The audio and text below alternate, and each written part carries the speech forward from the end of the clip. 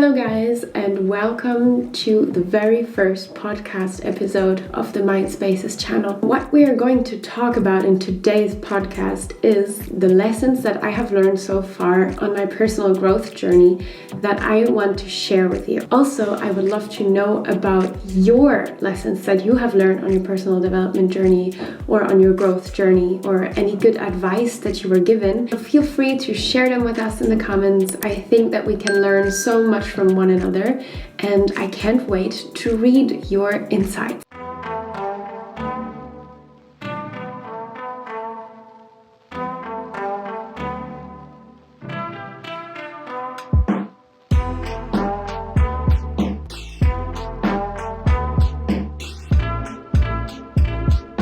Alright guys, so let me tell you about a very important lesson that I have learned during my personal development journey, which is that there are no 10 keys to success or 7 steps to happiness or 5 steps to productivity. The first personal development book that I read was The 7 Habits of Highly Effective People. And I really thought back then when reading that book that if I apply all the 7 habits to my life, that I would then be super productive and that this would be the solution to all the problems that I ever had. I had to figure out by myself that in fact personal development, it doesn't work like this. I genuinely thought that personal development books or these methods that I was reading about were meant to be applied to the letter, exactly like this, like a cooking recipe, that you would do step 1 and then step 2, and you had to do all the steps in order to get the desired result. And this was definitely something that I have learned along the way and figured out for myself. Personal development is very personal. Personal development means the expansion of individuality, the authenticity, revelation of self, revelation of your own qualities, your own story, and your own self, in fact. This also goes hand in hand with the first idea that there is no one size fits all. Personal development is something truly intimate that is going to be completely different for every single person out there. That is why I think that it's extremely important to take everything in with a little bit of a question mark. Does it work for you? Does it represent you? Does it bring you forward?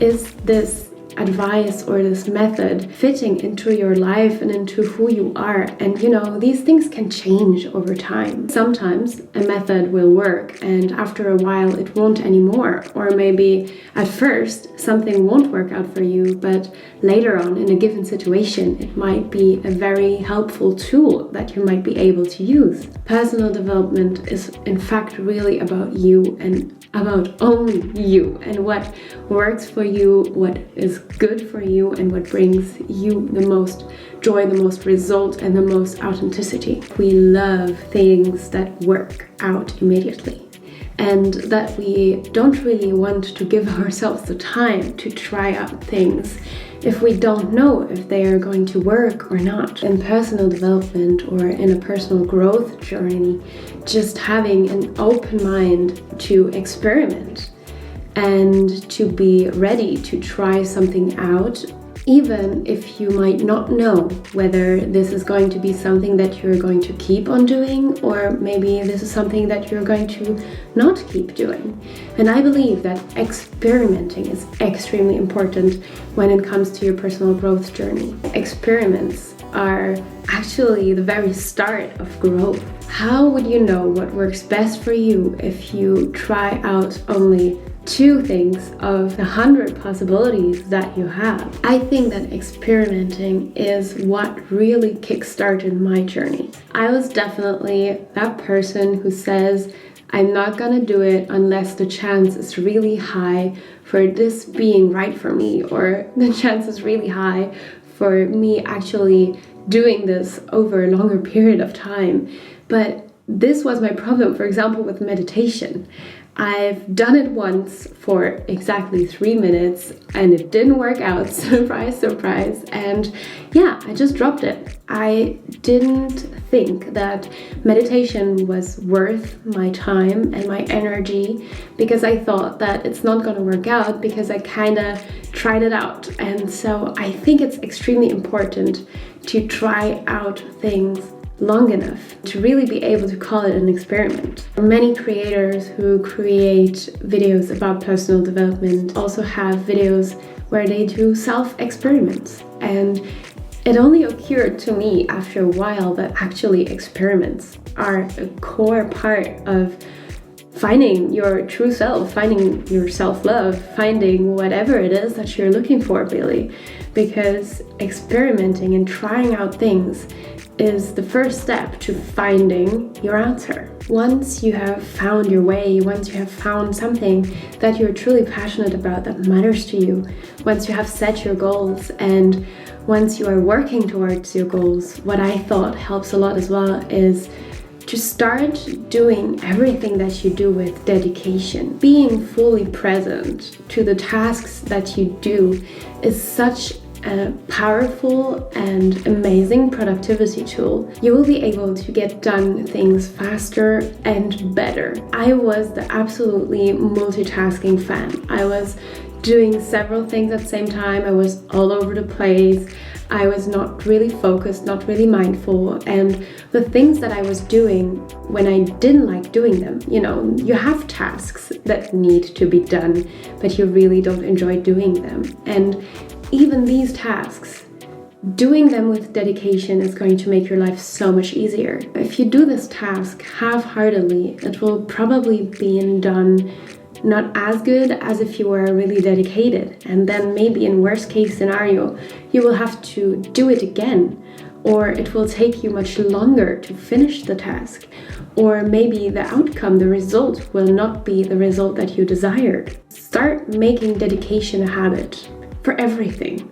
Not only for work, also for breaks. If you decide that you are a dedicated human and that with everything that you do, you try your best and you put your dedication and your energy and your attention inside of this task, whether it's a work task or the task of relaxing or the task of taking a bath. This is just going to help you to improve your experience as a human being, because you will simply be more present and more aware of the things that you're doing. Saying yes to something means saying no to something else. This was a very hard one for me, and I realized it way too late.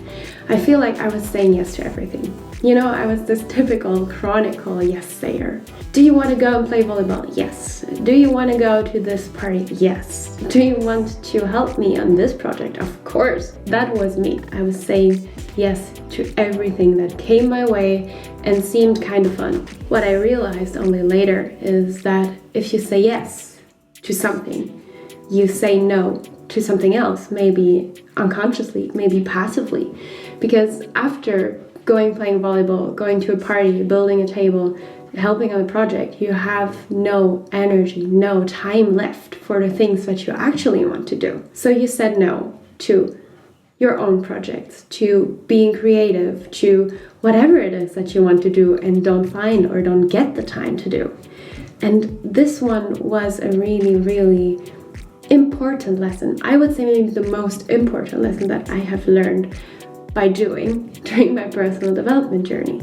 Now I try to say yes and no very consciously, and being fully aware of what I spend my time doing, what I put my energy in, and how much I am willing to give and how much I am not willing to give.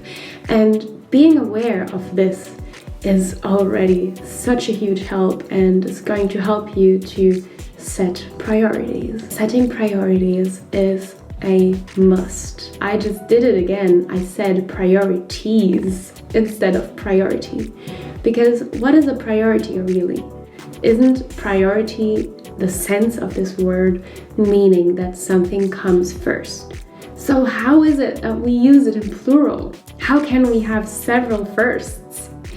I think that it's really important to have priority for different times of the day and different things that you're doing. So let me explain. For example, if it is between 8 a.m. and 4 p.m., your priority might be work and family and friends and whatever else comes second. And when it's 5 p.m. and you get home, and between 5 p.m. and let's say 10 p.m., your priority might then not be work anymore, but it might be family, it might be friends, it might be exercising, it might be yourself, taking care of yourself, taking rest, reading, being creative. You tell me. So having a different priority according to what you are doing in that very moment is extremely important, and is going to help you to increase your productivity and also to know what to say yes to and what to say no to in a given moment. Having clear boundaries for yourself, for your friends, for your family, for work, and for how you spend your time and energy, that helps a big time. I think that curiosity is something that we associate a lot with kids because they are discovering so many new things from the world and they are so curious about everything. Every new thing that a kid sees becomes a new opportunity for discovery.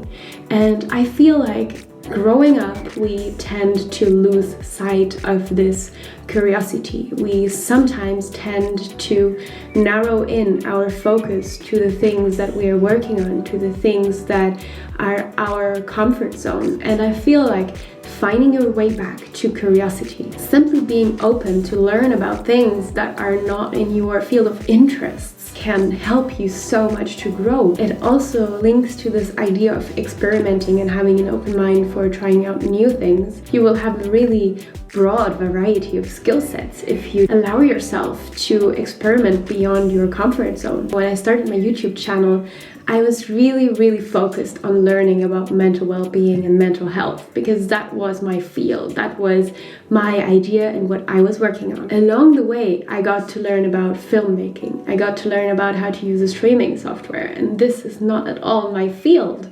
I learned how to build a website. I learned about business and online marketing. It was a really huge resource for me to be able to learn a little bit about all these different kind of things. I absolutely love this curiosity that has been reawakened. Ask and seek for feedback.